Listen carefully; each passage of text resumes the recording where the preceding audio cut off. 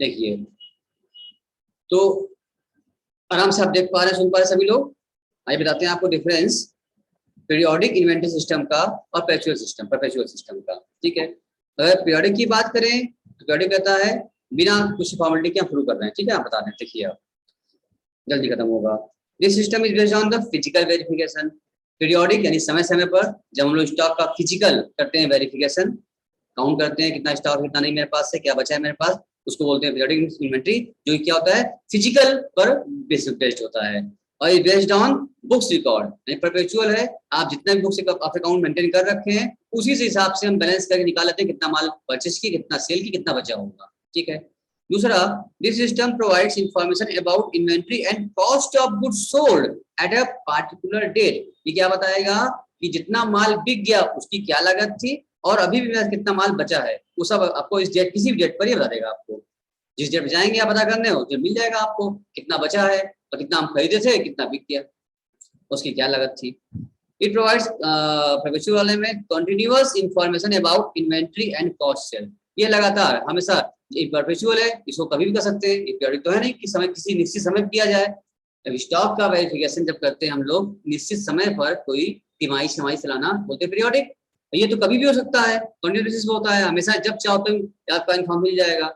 आप recording entry पास कर ही रहे हो, हर डाटा बना ही रहे हो, जब चाहो जिस डेट पे चाहो चेक कर लो। तीसरा, this system determines inventory and takes cost of goods sold as a regular residual figure। फिर बोल रहे हैं, this system determine inventory and take cost of goods sold as residual figure। यानी कि अगर आपका जितनी वैल्यू आ रही है, जितनी लागत आई थी, उसी बेसिस पे निकालेगा, बताएगा। It directly determine cost of goods sold and compute inventory and balancing figure। जो अकाउंटिंग मेंटेन कर रहे हैं आप, तो यहाँ पर आपको जब क्या करना होगा कि जितना आपने परचेस किया है, क्या आपने सेल किया है, आपने on paper on account books में घटा लिया तो ये मिल गया और वही वैल्यू बता देगा वो आपको। लेकिन ये पर पीरियोडिक वाले में आप फिजिकल बेसिस करने जा रहे हैं, तो जो आपने टूटा फूटा भाई चेक करते हुए जो टूटा फूटा रहेगा, सामान खराब वाला रहेगा, उसको हटा देंगे, तो इसको हटा के बताएगा ये फिजिकल एकदम। अब वो क्या करेगा, डिजिटल वाले को भी इसमें इंक्लूड कर लेगा परपेचुअल वाला। अब है fourth, cost of goods sold include loss of goods as goods not in inventory are assumed to be sold। ये क्या बताया, कॉस्ट ऑफ गुड्स सोल्ड क्या कर रहा है, इंक्लूड्स कर ले रहा है loss of goods as goods not inventory are assumed to be sold। इसमें क्या हो गया, जो खराब हो गया, घट गया, उसको मान लिया जा रहा है क्या है। इसमें closing inventory includes loss of goods as all unsold goods are assumed to be inventory. जो नहीं बिका रहेगा वही बस दिखाएगा आपको, और जो लॉस हो गया है उसके लिए बताएगा, क्योंकि वो परचेज में से सेल माइनस करेगा और जो बच रहा है बस वही शो करेगा। ये उसमें अगर लॉस हो गया है तो आप अलग से छाड़िए उसको, फिजिकल में जाइए तब आपको समझ में आए कितना लॉस हुआ है आपका। अकाउंटिंग तो आपने एंट्री किया परचेज का, एंट्री किया सेल का, तो अपने आप डिफरेंस बताएगा बैलेंसिंग फिगर वो स्टॉक का। और उसमें भी स्टॉक में कुछ टूट गया, फूट खराब हो गया है, डैमेज हो गया है, तो आपको वहां जाकर चेक करना पड़ेगा। अंडर दिस मेथड पीरियोडिक में inventory control is not possible. इस सिस्टम में क्या हो रहा है, समय समय पर 3 महीने 6 महीने कर रहे हैं, तो पूरा हर समय इन्वेंटरी पर डेली बेसिस पर कंट्रोल करना संभव नहीं हो पाता है। और यहाँ पर क्या होता है, inventory control can be exercise under this system, क्योंकि डेली बेस पे यहाँ से कंटिन्यूअस चेक करते हैं इसको, मतलब कंटिन्यूअस, तो डेली चेक हो रहा है, कोई इसमें फ्रॉड की संभावना रहेगी ही नहीं। पीरियोडिक में कह रहा है this system is simple and less expensive, it is costly. भाई समय समय पे एक बार करेंगे आप तो कम खर्चा है, यह जो हमेशा हो रहा है, डेली कंटिन्यूअस हो रहा है, तो एक खर्चीला ज्यादा होगा। सेकंड पॉइंट कह रहा है periodic system require closure of business for counting of inventory. जब पीरियोडिक करेंगे आप तो उस दिन, जिस दिन आप फिजिकल व्यवसाय करने जाएंगे उस दिन आपको बिजनेस को रोकना पड़ेगा, अपनी शटर डाउन करना पड़ेगा, दुकानदारी को रोक करके बिजनेस को डाउन करके आपको सब फिजिकल काउंट करना पड़ेगा। इस वाले में क्या होगा, inventory can be determined without affecting the operation of business. जो बिजनेस चल रहा है चलने दो, वो तो कंप्यूटर चेक हो जाएगा फटाफट क्या है कितना नहीं है, बाकी तो बिजनेस चल रहा है। अब फिजिकल वाले में हमको शटर डाउन करना पड़ेगा, नॉर्मल बिजनेस को रोकना पड़ेगा, और फिर आप बोर्ड लगाना, भैया आज का काम, आज क्या है, आज ऑडिटिंग हो रही है या आज इसका स्टॉक वेरिफिकेशन हो रहा है, आज बुक सेल नहीं होगा, आज परचेज नहीं होगा, आज खरीद वेरिफिकेशन होगा, काम रोकना पड़ेगा आपको यहाँ पर। लेकिन परपेचुअल वाले में नहीं रोकना पड़ेगा, काम चलता रहेगा और वैसे भी होता रहेगा, क्योंकि वो ऑन सिस्टम पर होगा, मतलब ऑन लैपटॉप कंप्यूटर। अब आइए आपको बताया था हमने आपको कॉस्ट निकालने का तरीका कि जो नेट कॉस्ट या एनआरवी जो दोनों में क्या हो जाए, कम हो जाए, वही बनता है स्टॉक वैल्यूएशन। तो कॉस्ट भी निकालना पड़ेगा आपको, स्पेसिफिक कॉस्ट निकालनी पड़ेगी आपको। देखो अभी क्वेश्चन करने माध्यम से अच्छे समझ में आएगा। अच्छा क्वेश्चन है, सभी लोग देख पा रहा है, सुन पा रहा है? सिफाइन सर स्क्रीन शॉट लेना क्वेश्चन का। अरमान देख रहे हो, नहीं देख पा, सुन पा रहे नहीं? दिख रहा है, सुन भी रहे हैं। बाकी लोग इंस्टा बोलने रही है। Yes sir. देखो स्क्रीन शॉट ले लीजिएगा। सिफाइन साहब नहीं सुन पा रहे, देख पा रही है?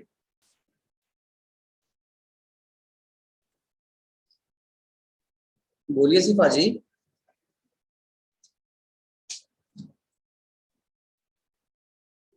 नहीं है क्या? इंसा जी आप है क्या? इंस्टा है। चलिए देखो क्या बोल रहा है।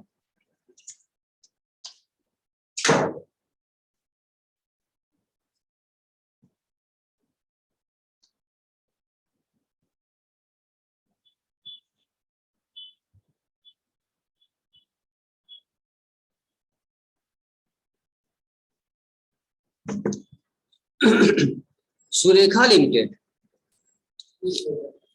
deals in three products P, Q and R, तीन में आती हैं, which are neither smaller nor interchangeable। ठीक है, सिमिलर ना तो सिमिलर है और ना ही आपस में चेंज हो सकता है। At the end of the financial year the historical cost and NRV of item of closing stock are given below, determine the value of closing stock. देखो सीधी सी बात है, तीन प्रकार का दिया इन्होंने आइटम पीक्यूआर का, इनका हिस्टोरिकल कॉस्ट लाख में दिया हुआ है, 38 लाख 39 का 17 लाख का है, और इसका नेट रिलाइजेबल वैल्यू भी आपको दे रखा है। अभी इस सिचुएशन में आपको बताना छाट क्या समझाना है कि बताइए इसमें स्टॉक प्रेजेंट क्या किया जाए।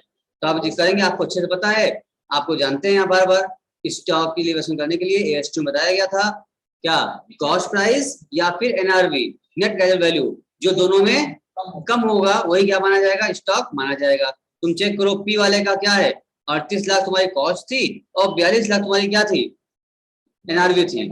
तो क्या स्टॉक प्रेजेंट क्या मानेंगे हम लोग, 38 करेंगे। तो 38 लाख क्या किया जाएगा, उसका बैलेंसिंग किया जाएगा। बस यही सर, यही था सर, हाँ यही था। उसके बाद क्यू वाले चेक करो, क्यू में 29 क्या था उसका, कॉस्ट प्राइस थी, और 29 क्या था उसका, एनआरवी थी। दोनों बराबर हो गया, क्या लें, कोई भी ले लो, 29 लिया जाएगा, 29 वैल्यू कर लिया हमने। उसके बाद आर का देखो, तो कॉस्ट इज 17 और उसका वो क्या था, कॉस्ट 17 थी और एनआरवी क्या थी, 14 थी। कौन कम होगा, हेलो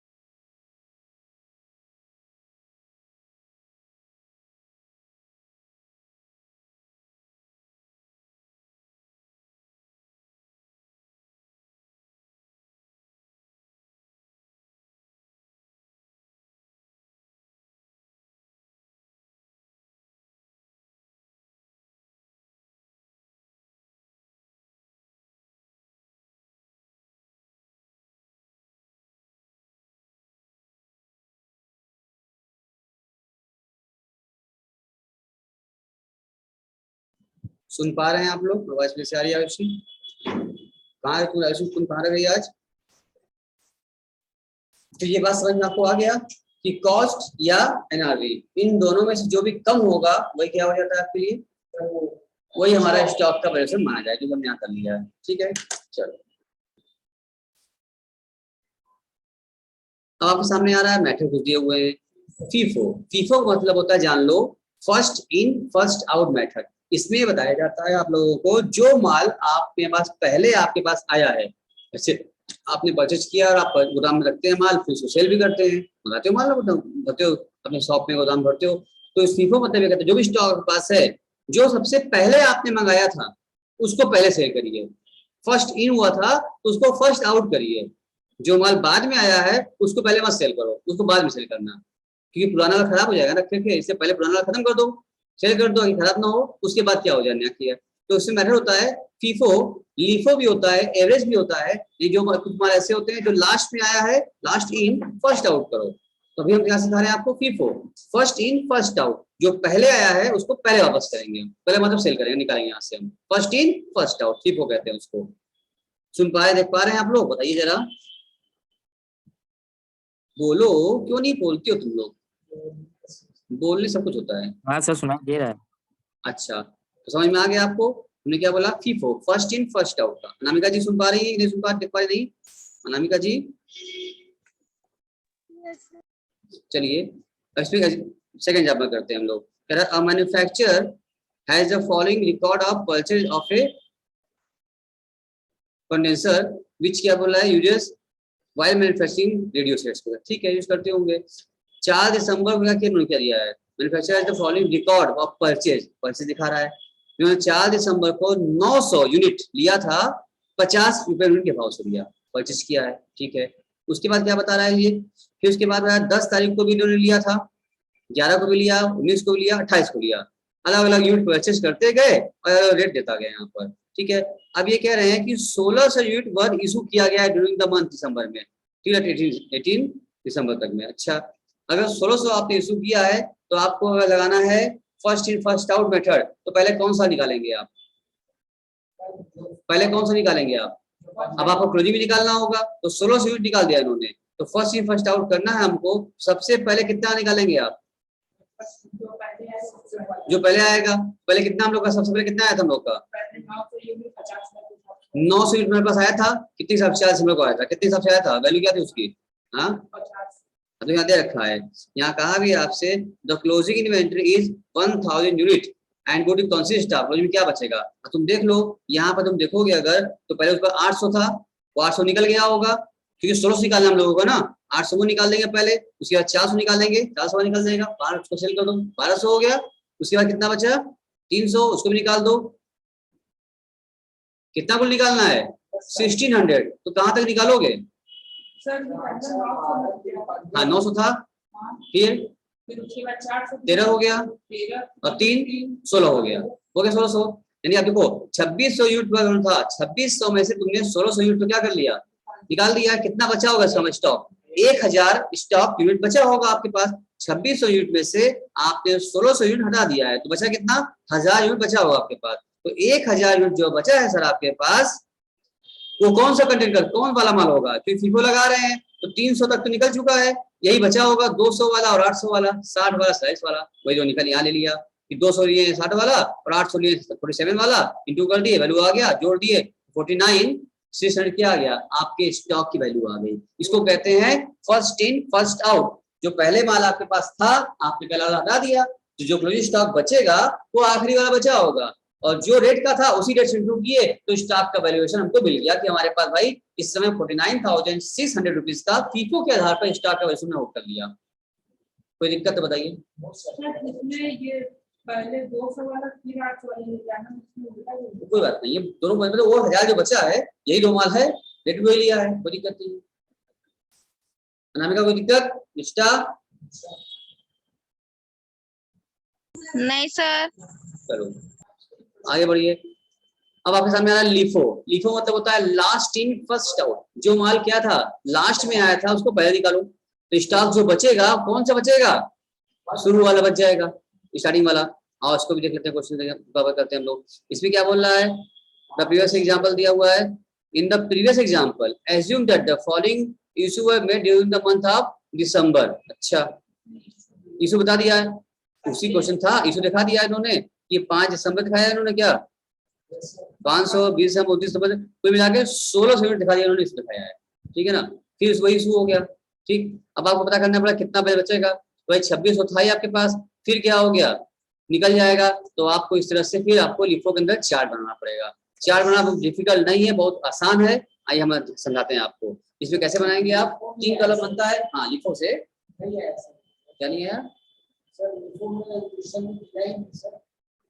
बोला था ना कि पीछे वाले क्वेश्चन को फॉरवर्ड करिए, तो वही तो बोला है, काम बनता है क्या, इशू ऐड कर लिया गया। अब ये सिस्टम इजी हो जाता है इसका काम करने से। हम एक कॉलम बनाते हैं डेट का, पहला कॉलम बन जाता है, फिर रिसीव्ड, इशूड और बैलेंस। जब हम जितना इतना परचेज किया, जिस डेट पर परचेज करेंगे वो परचेज लिखेंगे, जिस डेट पर इशू किया हमने इशू भी डाल देंगे। 3 कॉलम बनता जाएगा, quantity rate amount, quantity rate amount, और जो बचेगा बैलेंस हर डेट पर क्वांटिटी रेट अमाउंट। एक बार समझ लोगे आराम समझ में तुमको आ जाएगा। अब देखो पहले क्या क्या थी क्वांटिटी, शुरू में 900 परचेज किया था उन्होंने 4 तारीख को, 4 तारीख उन्होंने कितना परचेज किया है, 900 परचेज किया था, 50 के भाव से था, 4500 रुपये आ गया, इशू प्राइस हो गई। इस दिन तो कोई इशू किया नहीं था हमने, यहाँ डैश हो गया, यही वाला क्या बच गया, यही क्वांटिटी रेट अमाउंट बैलेंस में आ गया। और जो बैलेंस आ जाए यहाँ पर अंडरलाइन करके बंद कर दिया जाता है, बुक में बंद नहीं किया है, आप अपने बुक में हो तो बंद कर लीजिए, ठीक है। यहाँ पेंसिल से यहाँ लाइन खींच दो, 950 45 से नीचे लाइन खींच दो पेंसिल से, मतलब ये एसडी का बैलेंस बंद हो गया, क्लोज हो गया। अब चलेंगे अगले डेट पर, 4 के बाद आया 5 तारीख आया, तो 5 तारीख को 500 आप यूनिट इशू कर दिया, 50 वाला इशू किया है, 25,000 रुपये हो गया। अब तुम देखोगे कि अब तो बैलेंसिंग करना होगा, 900 का बैलेंस आता रहा आपका, उसमें से 500 इशू कर दिया आपने, कितना बचा, 400 बच गया, तो 400 बचा है, 50 वाले बचे, अमाउंट आ गया, ठीक है। इसको भी लाइन खींच के बंद कर दो, दोबारा बंद कर दो, मतलब जहां जहां बैलेंस करते जाएंगे हम लाइन खींच के बंद करते जाएंगे, भले बुक में ना किया हो, ठीक है, इजी हो जाएगा आपके लिए। उसके बाद आप कर सकते हैं, आपके पास भाई सर मेरे पास 400 यूनिट बचा हुआ है, आगे बढ़ेंगे। 10 तारीख को फिर क्या आया था, 400 फिर आ गया, क्योंकि तो बीच बीच में आ रहा है जा रहा है, आ रहा है जा रहा है, इसलिए हमको टेबल बनाना पड़ रहा है, एक साथ होता ना बनाना पड़ता, तो आ रहा है जा रहा है दोनों काम होना पड़ रहा है। 10 तारीख फिर 400 आ गया, अब 55 भाव से आया, इसको भी लिख लिया हमने, वैल्यू कर लिया। और इस तारीख को इशू तुमने किया नहीं है, तो मेरे पास 2 टाइप के माल हो गए, एक तो मेरे पास 400 रुपया बचा था वाला, इसको उतार दिया, कॉपी कर लिया, बचा है मेरे पास पहले से, और अभी इतने 400 की खरीद लिया 55 वाला, 2 टाइप मेरे पास माल स्टॉक हो गया, इस लाइन बंद कर दो। अब मेरे पास 800 माल है, लेकिन 2 टाइप के हैं, 450 वाले हैं और 455 वाले हैं स्टॉक में, मेरे पास गोदाम में मेरे पास 2 टाइप के माल हैं, 450 वाले और 455 वाले माल मेरे पास है। लाइन कर दिया, जोड़ेंगे नहीं, सिर्फ लाइन कर देंगे। हाँ 900 वाले में से 500 900 वाले में से 500 गया था, तो 400 बचा रहा। सर इसको अमाउंट से देखते हैं या जैसे इतना ठीक है, देखो इधर इसके बाद 400 बच गया, 400 बचा 50 वाला, 400 बचा है 55 वाला। आगे बढ़े तो 11 तारीख को 300 फी वाला माल आ गया, फिर 55 भाव से आ गया। अब मेरे पास क्या है, 3 इशू हुआ नहीं था, मेरे पास 3 टाइप के माल आ गए, 450 वाले, 455 वाले और 355 वाले, है ना, 3 बार आ गया। तीनों माल लिख के जो लाइन खींच दो, जोड़ना नहीं है, बस लाइन खींच दिए, काम खत्म। अब हम समझ सकते हैं कि मेरे पास 4 4 8 3 1100 यूनिट गोदाम में हो गया है। 19 तारीख को 200 फिर आ गया, 60 के हिसाब से आ गया। अब मेरे पास 4 टाइप माल हो गया, सब दोबारा बार बार लिखना पड़ेगा, हर डेट पर आपको लिखना पड़ेगा बैलेंस। अब मेरे पास क्या है, इस डेट पर बैलेंसिंग में 400 वाला 50 वाला है, 455 वाला है और 355 वाले हैं, और 200 फिर आ गए हैं 60 वाले हैं। अब मेरे पास क्या है, 4 टाइप का माल है, कोई दिक्कत यहाँ पर, क्लियर है। अब यहाँ पर माल 4 हो गया हमारे पास। अब आप इशू करते हैं, 20 तारीख को इन्होंने कितना इशू किया, चेक करो, 20 तारीख को 600 20 तारीख को 600 इन्होंने इशू कर रखा है, ठीक है। आज तुम 600 इशू करोगे तो तुम देखो कहाँ इशू करोगे। इन्होंने कहा था sir last in first out, इसीलिए हमको अलग अलग तीनों सबसे शो करना पड़ रहा है अलग अलग। मेरे पास 4 टाइप का माल है, क्योंकि 4 डेट पे आया था तो अलग अलग शो करना पड़ा, हम मिला नहीं पा रहे हैं। तो हमने कहा लास्ट इन फर्स्ट आउट, जो आखिरी में आया होगा पहले उसको निकालेंगे। तो आखिरी में कौन सा है, 200 वाला आया था, तो 200 पहले निकाल दो 60 के भाव से, ठीक है। उसके ऊपर क्या था, 300 था, 300 भी निकाल दो, 500 हो चुका है। अभी भी 100 और घट रहा है, 100 निकालना था हमको, तो 100 यहाँ से निकाल दो, 100 यहाँ से निकाल दो, 400 में 55 वाला निकाल दिया आपने, 100 55 निकल गया आपके पास। अब जब बैलेंसिंग करेंगे तो ये दोनों खत्म हो चुका है, ये 400 बचा है 50 वाला, और यहाँ 300 बचा होगा 55 वाला, 300 निकल चुका है, उसकी बैलेंसिंग कर दिया। 450 वाला और 355 वाला बचा है आपके पास, इसकी बैलेंसिंग कर दिया हमने, यहाँ पर लाइन खींच दिया। अब मेरे पास 2 टाइप माल गोदाम में, मेरे सिर्फ 2 टाइप का माल बचा है, 400 बचा है 50 वाला और 300 बचा है 55 वाला। लास्ट इन फर्स्ट आउट से हमने निकाल दिया लास्ट वाला। आगे बढ़ते हैं जब, तो देखें कि 28 तारीख फिर माल आ गया, 800 फिर ले लिया हमने 47 भाव से। अब मेरे पास फिर 3 टाइप माल हो गया, तो फिर दोबारा लिखना पड़ेगा हमको, फिर लाइन खींच फिर लिखना पड़ेगा इस डेट पर। 450 वाले, 355 वाले और 847 वाले, 3 टाइप माल हो गए। अब इन्होंने 29 तारीख को 500 फिर माल निकाल दिया। अब फिर बोले लास्ट इन फर्स्ट आउट, तो जो 800 वाला आया था ये पहले निकालेंगे, तो 800 में से 500 निकाल दो 47 वाला, कितना बचेगा?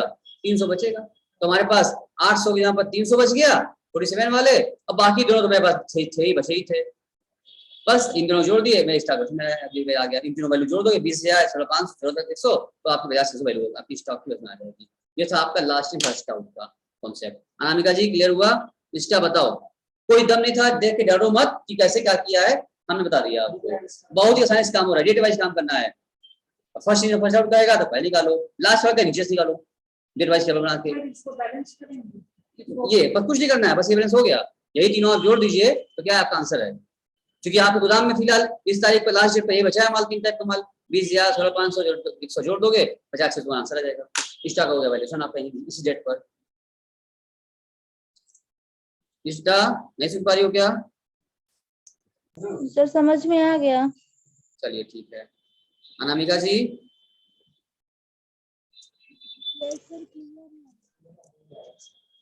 क्या? ठीक है, चलिए आपको बताना है, ज्यादातर आपके एग्जाम में ऐसा आता है, आप जाने लोगे लीफो क्या है, फीफो क्या है, तब तब तो कर पाओगे आप। अब आता आपका एवरेज वाली बात करता है आपसे कि सिंपल एवरेज क्या है, ठीक है। और क्योंकि जब एवरेज से निकालेंगे हम लोग तो एवरेज 2 होता है, एक होता है सिंपल एवरेज, एक होता है वेटेड एवरेज, 2 प्रकार एवरेज होता है। जब भी हम लोग एवरेज करते हैं तो टाइप्स करते हैं, एक सिंपल एवरेज, वेटेड अमाउंट साथ कर दिया था निकाल करके। अगर सिंपल की बात करें, इन द सेम एग्जांपल, जो क्वेश्चन पीछे चला रहा है सुन लो, क्वेश्चन ने दिया है वही क्वेश्चन रिपीट कर रहा है। सेम क्वेश्चन को कहा है radio set given earlier, let us calculate the value of closing inventory using average price method. हमने 2 कर लिया, फीफो कर लिया, लीफो कर लिया, अब क्या कर रहे हैं हम लोग, एवरेज वाला कर रहे हैं। तो एवरेज में क्या होगा, देखो सेम क्वेश्चन है हमारे पास। अब हम क्या करते हैं एवरेज में, रेट का एवरेजिंग कर लेते हैं। हमने जितने टाइप मेरे पास माल आया था, 50 वाले माल हमने परचेस किया था, 55 किया था, फिर 55, फिर 60, फिर 47, तो 5 टाइप के माल हमने परचेस किया, 5 रेट वाले, तो पांचों रेट को ले लीजिए। बहुत सिंपल तरीका है, पांचों रेट को जोड़िए और 5 से डिवाइड कर दीजिए, भैया यही होता है एवरेज करना।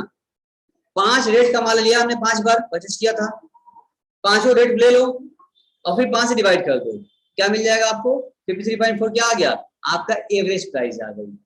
5 टाइम आपने माल परचेस किया और 5 क्या था, रेट से था, तो पांचों को रेट को लिया और पांचों रेट का एवरेज डिवाइड कर दो 5 से, एवरेज आ गया आपका।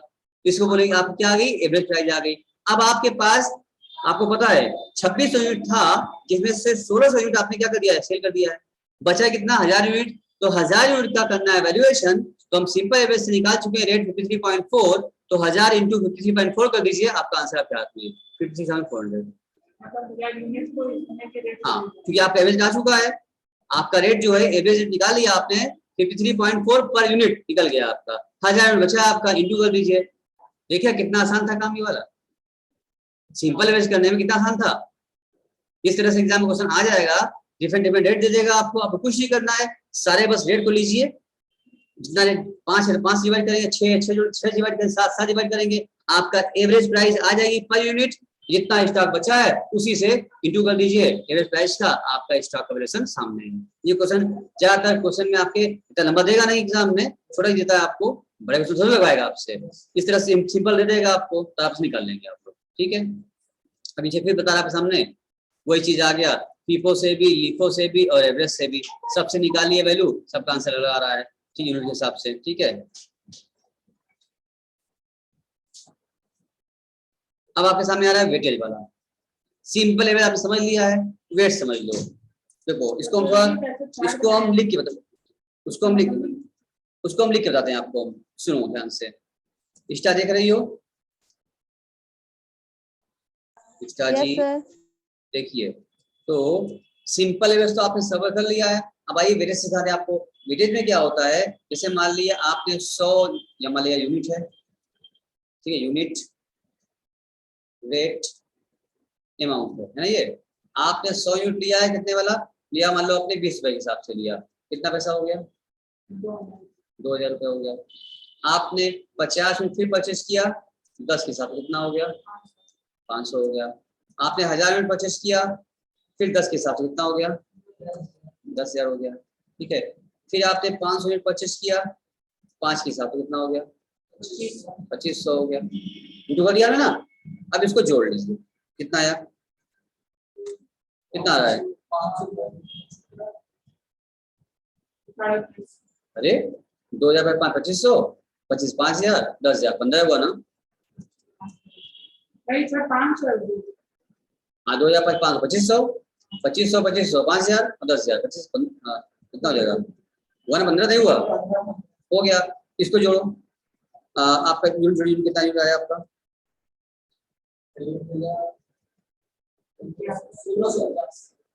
1650। ये क्या आ गया आपका, यूनिट आ गया। तो हम ये कह सकते हैं हमारे पास टोटल गोदाम में 1650 यूनिट है और वैल्यू किसकी उसकी आ रही है, 15,000 रुपए आ रही है। अब हमको करना होगा वेटेज, तो वेटेज क्या करना होगा, वेटेज निकालना होगा, प्राइस निकालना होगा। तो हम कह देंगे सर 15,000 डिवाइडेड बाई 1650, ये आपका वेटेज आ जाता है। इससे करो, कितना करो, करो अनुमान बताओ, 15,000 डिवाइड बाई 1650, ये हो गया आपका वेटेड 9.09। ये क्या आ गया करके आया। ठीक है, यानी तुम समझ लो, अगर कोई सी चीज का आपसे कहेगा सिंपल एवरेज करने के लिए, एवरेज से क्वेश्चन रहेगा बच्चा, एवरेज से क्वेश्चन हमेशा रहता है, या तो सिंपल एवरेज पूछेगा या वेटेज एवरेज पूछेगा। अगर सिंपल एवरेज करके किया जाता है तब तो हम क्या यूज करते हैं, सिंपल वाले में हम रेट यूज करते हैं। ये 4 रेट था, 4 जोड़